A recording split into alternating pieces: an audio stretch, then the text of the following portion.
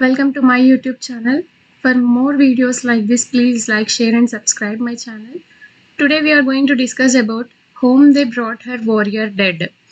This is the poem from 7th class 3rd unit B reading. Home They Brought Her Warrior Dead. So దీని అర్థం ఏంటిది అంటే ఎవరైనా ఈ పోయంలో పోయెట్ మనకి ఏం చెప్పడానికి ట్రై చేస్తున్నారు అంటే ఆల్ఫ్రెడ్ లార్డ్ టెనిసన్ మనకు ఈ పోయం అనేది రాశారనమాట. సో ఈయన ఈ పోయంలో ఏం చెప్పాలనుకుంటున్నాడు మనకి అంటే మన క్లోజ్ పర్సన్స్ ఎవరైనా చనిపోతే వాళ్ళు చనిపోయినప్పుడు మనం ఎలా ఫీల్ అవుతామో అది ఈ పోయంలో మనకి పోయెట్ ఎక్స్ప్లెయిన్ చేస్తూ ఉన్నాడనమాట. So home they brought her warrior dead. So ఒక లేడీ ఉంటుంది, వాళ్ళ హస్బెండ్ ఎవరైతే వారియర్ అంటే ఒక సైనికుడు, యుద్ధంలో ఒక సైనికుడు చనిపోతే అతన్ని వాళ్ళ ఇంటికి తీసుకొని వచ్చినప్పుడు ఆమె ఫీలింగ్స్ ఎలా ఉంటాయో, ఆమె ఏ విధంగా ఫీల్ అవుతుందో, ఏ విధంగా రియాక్ట్ అవుతుందో అతని బాడీని చూసి, సో అది మనకి ఈ పోయంలో పోయెట్ ఎక్స్ప్రెస్ చేస్తున్నాడు అనమాట. ఇక్కడ 4 స్టాంజాస్ ఉన్నాయి. 4 స్టాంజాస్లో మనకి ఒక దాంట్లో అతన్ని పొగడడం, ఒక దాంట్లో అతని గురించి, ఒక దాంట్లో ఆమె ఏడవకపోతే ఆ డిప్రెషన్తో మనుషులు ఏమైపోతారో అని, ఇంకొక దాంట్లో ఆమె బాగా ఏడిస్తే ఆమె ఫీలింగ్స్ ఆమె ఏడిస్తే ఎలా ఉంటుంది, సో దాన్ని మనకి ఇక్కడ ఎక్స్ప్లెయిన్ చేస్తున్నాడు ఇక్కడ పోయెట్. సో ఇక్కడ now will go into the poem now. Home they brought her warrior dead, she nor swooned nor uttered a cry. All her maidens watching said, she must weep or she will die.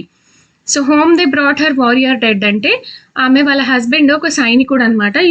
యుద్ధం చేసి అతను చనిపోతే అతన్ని వాళ్ళ ఇంటికి తీసుకొని వస్తారు. So అతన్ని చూసినప్పుడు ఆమె షీ నాట్ swooned అంటే she did not became unconscious అనమాట. So sorry, she became unconscious ని మనం swooned అంటాం. So we have meanings also down of this poem. We can see there swooned means became unconscious. So ఆమె అతన్ని చూసి unconscious అవ్వలేదు, చాలా గట్టిగా కూడా ఏడవలేదు అనమాట. యాక్చువల్గా మన ఇంట్లో వాళ్ళు కానీ, మన ఫ్యామిలీ మెంబర్స్ కానీ, మన ఫ్రెండ్స్ కానీ, చాలా క్లోజ్ ఫ్రెండ్స్ కానీ ఎవరైనా చనిపోతే వాళ్ళని చూసి మనం చాలా గట్టిగా ఏడవడం కానీ, లేదంటే షాక్ అయిపోయి అన్కాన్షియస్ అయిపోవడం కానీ అలా జరుగుతూ ఉంటుంది. కానీ ఆమె అతన్ని చూసి అసలు అన్కాన్షియస్ అయిపోయింది, కానీ ఆమె ఏడవట్లేదు, ఏం చేయట్లేదు. ఆల్ హర్ మెయిడెన్స్ వాచింగ్ సెడ్, మెయిడెన్స్ అంటే యంగ్ ఉమెన్ అనమాట. అక్కడ ఉన్న ఇంటి చుట్టుపక్కల వాళ్ళు కూడా అందరు వస్తారు కదా చూడడానికి. సో అక్కడ ఉన్న వాళ్ళందరూ చూసి ఆమెని ఏమంటున్నారు అంటే she must weep or she will die. ఆమె ఏడవాలి, ఏడవకపోతే ఆమె చనిపోతుంది. ఎందుకు చనిపోతుంది అంటే ఏదైనా బాధ ఉంటే మనం ఏడుపు రూపంలో కానీ, లేదంటే ఎవరితోనైనా చెప్పి కానీ మనం ఆ బాధని తీసేస్తే మనకి లోపల అంత ఎక్కువ బాధ అనిపించదు. సో మనం అది మన మనసులోనే ఉంచుకుంటే అది అలానే ఉండిపోయి మనము డిప్రెషన్కి పోయి చనిపోవడం కానీ, హార్ట్ అటాక్స్ కానీ అలాంటివి వచ్చే ప్రమాదం ఉందన్నమాట.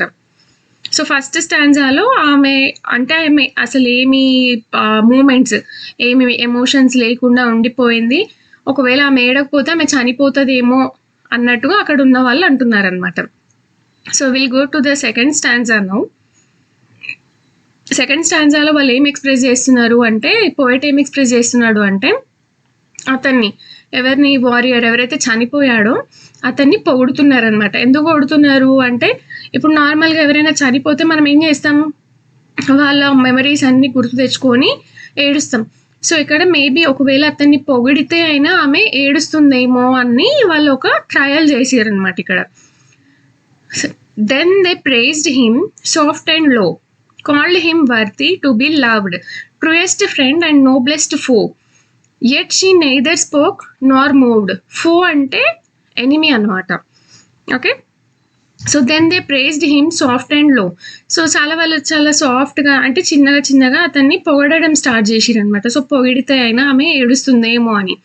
Called him worthy to be loved.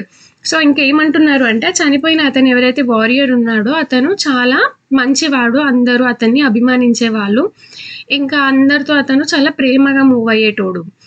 Truest friend and noblest foe. So ఎవరైనా ఫ్రెండ్స్ ఉంటే వాళ్ళతోని చాలా లాయల్గా, హంబుల్గా ఉండేవాడు.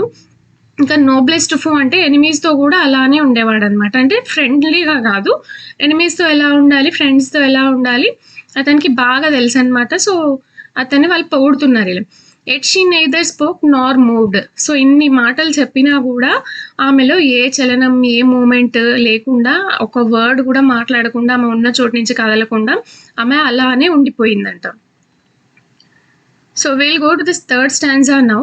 Stole a maiden from her place, lightly to the warrior stepped, took the face cloth from the face, yet she neither moved nor wept.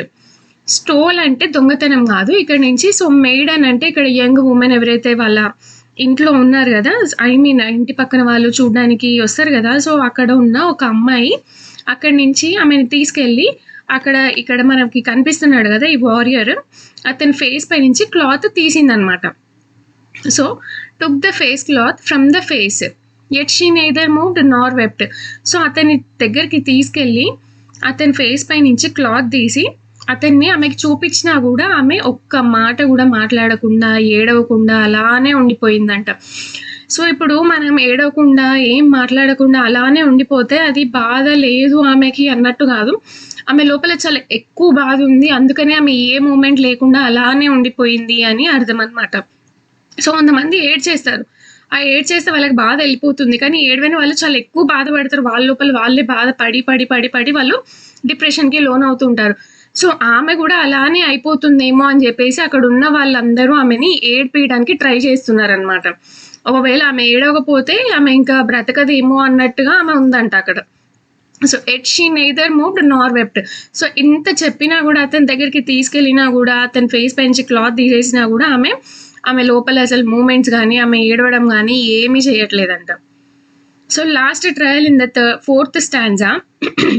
Rose a nurse of 90 years, set his child upon her knee, like summer tempest came her tears, sweet my child I live for thee. Rose అంటే ఇక్కడ flower కాదు, so rose అంటే speedup అని, మనకి rose up అంటే speedup అని అర్థం అనమాట. Actually it is like an ఈడియం. Okay, rose A nurse of 90 years. So అక్కడ ఉన్న అందరిలో అంటే నైబర్స్ కావచ్చు, వాళ్ళ రిలేటివ్స్ కావచ్చు, ఎవరైనా అక్కడ ఉన్న దాంట్లలో ఒక 90 years ఉమెన్, ఆమె ఒక నర్స్ అనమాట.